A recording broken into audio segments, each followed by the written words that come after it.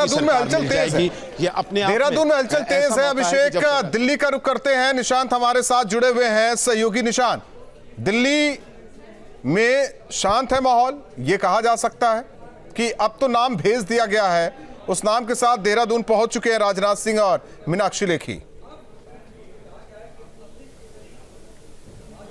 बिल्कुल, अब दिल्ली से सारा तनाव जो है वो देहरादून के लिए मूव कर चुका है और देहरादून में इस समय चाहे विधायक हो चाहे सांसद हो, सभी की दिलों की धड़कन बढ़ी हुई है कि आखिर किसकी लॉटरी लगेगी और पुष्कर सिंह धामी का राजनीतिक भविष्य क्या होगा। दरअसल जिस तरीके से राजधानी दिल्ली में पिछले 2 दिनों से बैठकों का दौर चला है, उसमें ये दिखलाता है कि दिल्ली में 10 दिन तक पूरा इस पर मंथन किया गया कि उत्तराखंड की कमान किसको दी जाए। और राजधानी दिल्ली की बात की जाए तो कल सुबह एक बड़ी बैठक हुई थी केंद्रीय गृह मंत्री के घर, उसके बाद रमेश पोखरियाल निशंक के घर उत्तराखंड के नेताओं की बैठक हुई थी और रात में प्रधानमंत्री आवास पर केंद्रीय नेतृत्व की एक बैठक हुई थी।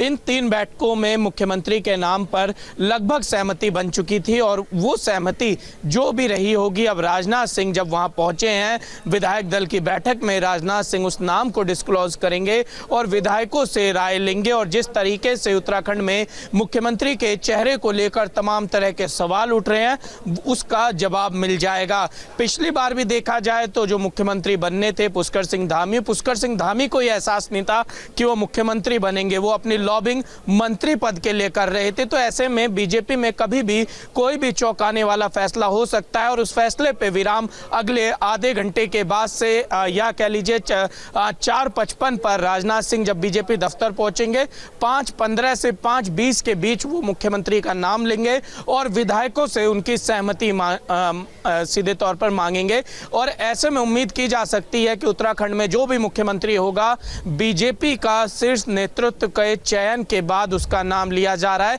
ऐसे में उसके पास बड़ी जिम्मेदारी होगी 2024 में लोकसभा चुनाव में बेहतर प्रदर्शन करने की, 2027 तक उत्तराखंड को एक स्टेबल गवर्नमेंट देने की और जो तमाम विवाद अभी तक उत्तराखंड के मुख्यमंत्रियों के साथ रहे हैं, उन विवादों से अपना नाता हमेशा के लिए दूर रखने की। अभिषेक, जिन नामों पर चर्चा लगातार हो रही है, उन नामों में किसी का कोई चेहरा आपने बीजेपी दफ्तर में देखा?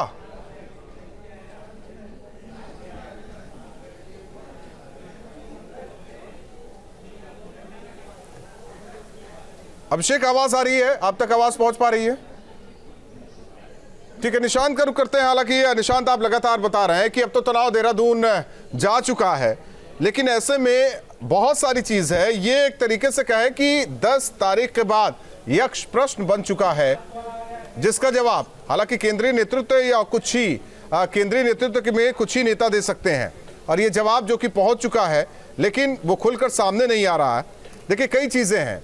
अगर पुष्कर सिंह धामी हारते नहीं तो सीएम चेहरा वो होते, क्योंकि लास्ट में उन्हें कम समय मिला और ये कई विधायक और जो मंत्री ये बात करते नजर आए। और जो तस्वीरें अभी चल रही है टीवी स्क्रीन पर, लगातार पुष्कर सिंह धामी राजनाथ सिंह के साथ देखे जा रहे हैं, मीनाक्षी लेखी के साथ वो देखे जा रहे हैं, रमेश पोखरियाल निशंक देखे जा रहे हैं। बाकी जिन नामों की चर्चा, वो चेहरे नहीं दिखाई दे रहे हैं। तो क्या मान ले अभी से? देखिए, पुष्कर सिंह धामी की जहां तक बात रही, उनका जिस तरीके से लगातार नाम लिया जा रहा है, लेकिन जो राजनीतिक समझ खासकर बीजेपी को लंबे समय से देखते हुए समझ में आती है, वो एक बड़ी बात है कि 2017 में प्रेम कुमार धूमल के नेतृत्व में हिमाचल प्रदेश का चुनाव लड़ा गया।